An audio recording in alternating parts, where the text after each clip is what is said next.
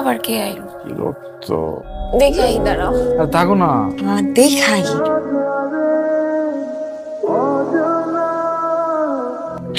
আদিল তো চলেছে। চলেছে মানে? ও কোথায় গেল? না আমি দরজা দিয়ে দেখি যে আদিল দাঁড়িয়ে আছে। এটা না দেখে গেট খুললে। আরে চামড়টা কই? শোনো, তুমি রান্নাঘরে যাও। লুকে থাকো। আমি আদিল নিয়ে এদিকে আসবো, আলাদা হবো। তুমি দেখা কোনো সুযোগটা বাইরে যাবো, পারবে না? তুমি আমারে কইতা, আমিও তোমার সারপ্রাইজ দিতাম। একা দিলা কেন?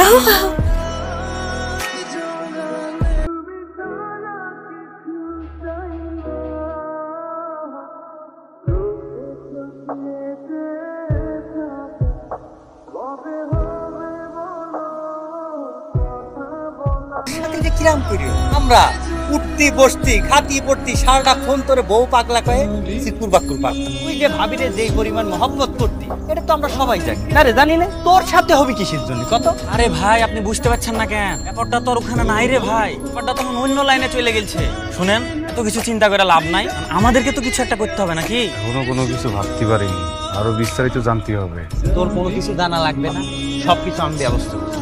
তোমার সব মেসেজ কিন্তু আমি ইডেন ফোল্ডারে রাখতেছি। তো আবার আমার এত মেসেজ দিও না, আমি আগে দিলে তুমি তারপরে দিও। আজকে মুরগির রস রান্না করছি, দেখাই পুরা গেল কি?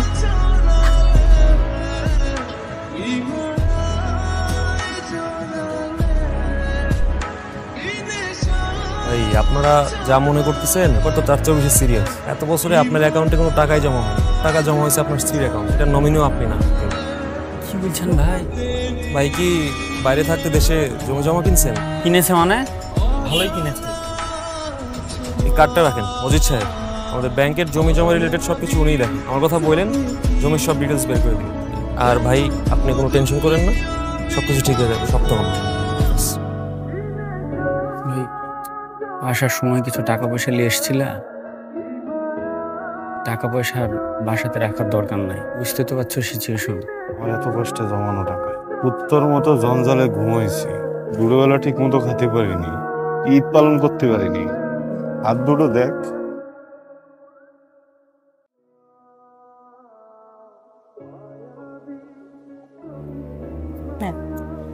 এটা যে সুমন দিয়ে গেছে কেউ দেখেনি তো? না, খবরদার আদিল যেন টের না পায়। আপা আমার চোখ কান খোলা আছে আপা।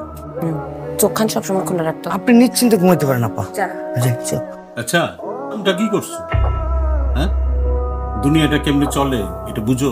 আরে ও তো পুরা ধরা খাইয়া বসে আছে। এই জমির কাগজপত্র যা দেখলাম তাতে এই জমিতে আদিল আলীর 1 ইঞ্চি মালিকানা নাই। ও এই জমি তার নামে রেজিস্ট্রি করছে। ওলা বাপের টাকা ফেলা, ভাই একটা খায়, বউ জামাইয়েরটা খায়। এটা নতুন কিছু না। তো এই যুগের ছেলে কেমনে কইরা বিশ্বাস কইরা তোমার বউর কাছে টাকা দিয়ে দিলা? এত নিজের নামে রেজিস্ট্রি করে নিস।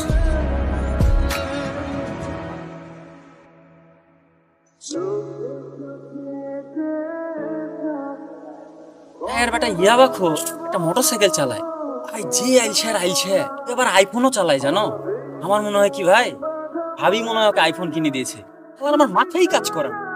মাথায় কাজ করার তো কিছু নেই রে মন। একবার যদি কেউ ইয়াবার খপ্পরে পড়ে তাহলে তার ন্যায় নীতি ভালো মন্দ ঠিক ব্যাঠিক কোনো কিছু আর ঠিক থাকে না। ওনার মানুষ থাকে না রে, ইলিশ হয়ে যায়।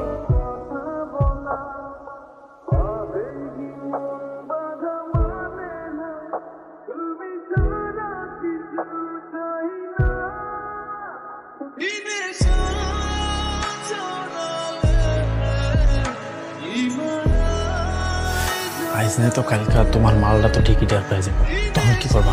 তার আগে মালটারে সরাই দিত। নিয়ে থেকে তোমার কাছে এসে ভালো প্ল্যান আছে? ওইটা নাই, কিন্তু কেমনে? একটা কাম কোন যায় কি? মালটারে মাইরা ফালাই দিন। টের পাইবো না? টের কেমনে পাই?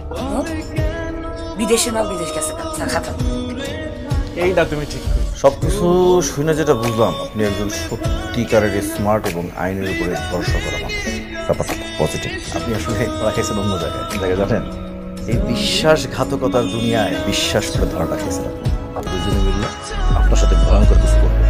সমস্যা নেই, আপনি দোনো থাকেন, বাসায় পাড়ার পক্ষে কোনো খাবার দাবার খাবেন না, আর এই যে বন্ধু বান্ধব আশেপাশে রাখবেন সবসময়, ঠিক আছে?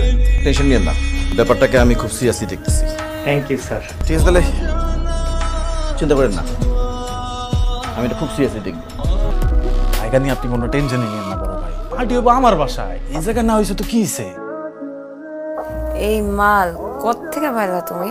এতদিন তো মনে হয় আমরা খালি কাঁঠাল পার বিড়ি টানছি। আরে পিন্টু ভাই কয়দিন আগে এসে উখিয়াতিয়া নিয়েছে আমার সঙ্গে, আমি তোমার কইলাম না আমার ল্যাংটা কালের ভাই মনে করো এখন যদি আমি পিন্টু ভাইরে কই ওর কল্লাটা ধরে ফালাই দিবি, ঠিক ওর কল্লা ধরে ফালাই দিবি। তাহলে তো ভালোই হলো, আমাদের এটা টপকাই দেওয়ার সময় ওনারে লইতে পারি আমরা। তুমি কোনো একভাবে ওরে মাথায় বাড়ি দিয়ে ওখানে কিছু আছে তুমি পালাই দিয়ে বাড়ি দিয়ে ওর গলা পৌঁছতে তুমি। কি হয়েছে তোমার? মন খারাপ? আহো ঘরের ভিতরে আহো।